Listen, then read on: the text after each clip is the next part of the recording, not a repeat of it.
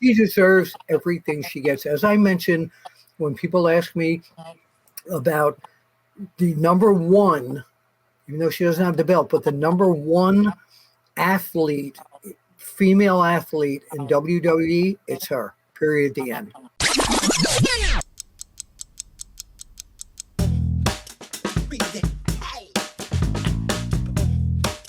Earl Hebner. I saw this the other day, and I like to hear this because, last time I saw Earl, I didn't even ask him this, but he now says that he and Bret Hart have finally made amends for the Montreal Screwjob. In fact, I got actually what he said here.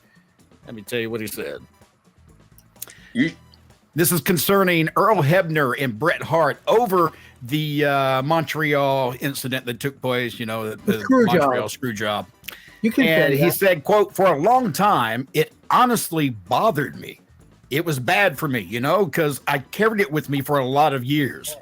We met one time at an airport, and I wanted to talk to him. And he said, 'I don't want to talk to you.' And I said, 'Can I talk to you for a minute?' And he goes, 'I don't want to talk.' I said, 'Okay.' So I let it go, and that was it. And as time went on, it finally worked out well. We got to see each other and communicate. So it seems that their fences are now mended. I didn't realize it had taken that long for Earl and Bret to mend those fences. And it really just came down to communication and actually sitting down talking about the whole thing. Does it surprise you, Bill, that this incident from all those years ago is still so hot of a topic? No, not at all, because every time I do Q&As anywhere and I have an open session of fans asking questions, the Montreal Screwjob always comes up. It's still a hot topic because nobody really knows who knew what when at that point. They really didn't. And that's what I was going to say too, Bill. It will never die until the truth finally comes out. And that right now, that hasn't come out yet.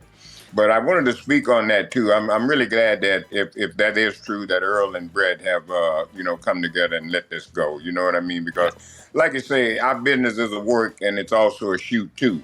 So I mean, you know what I mean. I can understand the position that Earl Hebner was in. How can you can't tell Vince no. You know what I mean? Yeah, I mean that's just something you don't do. I was there. I was part of that when I had to do that thing with Taker. When I had to get in that coffin, I didn't want to do that. I'm telling you, brother, I did not want to do that. And I thought several times about not doing it, but then I said Vince would do it.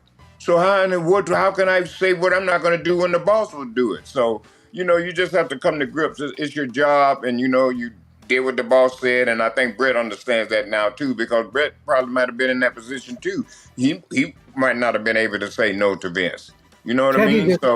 There's probably a lot of fans of the younger age who don't know what you're talking about regarding the Undertaker coffin thing. Could you encapsulize that for us? Oh, well, I had a storyline with the Undertaker where Taker kidnapped me, as so to speak, and when he kidnapped me, he took me to the bottomless pit of to hell or wherever it was, and then once I come back, then what they did, they thought the fans thought the Druids had kidnapped Taker, and they thought Taker was in the casket. So that's how I ended up being in the casket. And you were actually in the casket because CM Punk, was he the one? I was in the casket, and I came down. Once the Druids rolled me down, then CM Punk came, and he's the guy that opened up the casket thinking Taker was in there. But then there I was, and, it wasn't Taker. And if you watch close, too, and Teddy, I'll let you tell this story, there's actually a little secret that if you watch that coffin before it ever comes open, there's a little gap there for a reason. Teddy, can you explain what happened? Yeah, that little gap was there so I wouldn't suffocate. Okay, I couldn't breathe, and so there's no, when you're in a coffin, you're dead, so you don't have to worry about breathing.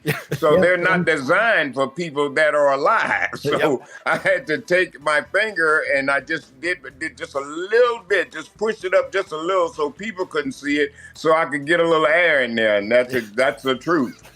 Wow, what a great story. I never heard that. Can you imagine being claustrophobic and actually having to get in there and do that and be shut in the dark and not be able to breathe? I'm surprised you didn't pop out of that coffin halfway down the ramp to the ring and scare everybody half to death.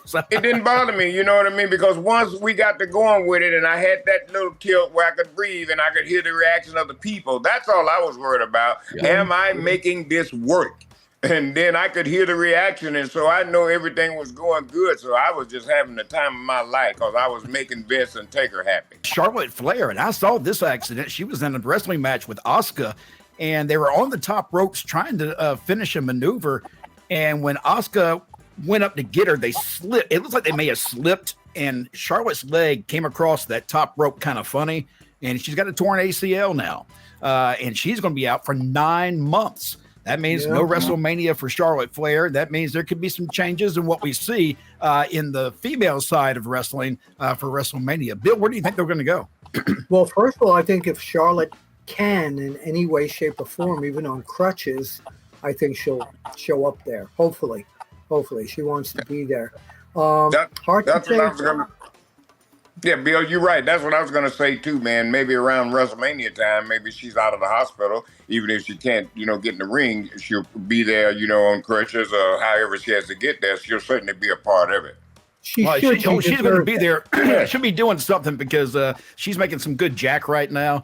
She just re-signed with WWE. Fightful Select had sent out a report saying that her contract now is for a multi-year contract and makes her the highest paid female contract ever in WWE. So she's now getting the big money, and she reportedly also gets a travel bus. So she's got the sweetheart deal right now. That's big time when you're getting the travel bus with a nice pay increase. And they said the increase in her pay was substantial. So congratulations to Charlotte. She deserves everything she gets. As I mentioned, when people ask me about the number one, even though she doesn't have the belt, but the number one athlete, female athlete in WWE, it's her. Period. The end. Oh, she's absolutely probably the most athletic individual they have. Maybe even look, she can compete with some of those guys on the when it comes to athleticism because she could put some of those guys to shame. She's just that well trained. Oh, so wait a minute. What did her injury was to her foot? It's a torn ACL is what they said. So I guess when she came across that top rope, whatever happened, it must have snapped something when she hit that rope. No, I was going to put it all together and say maybe she's got a bad case of athlete's foot, but I'm not going to say that. Yeah. Thank you. Okay, moving right along here.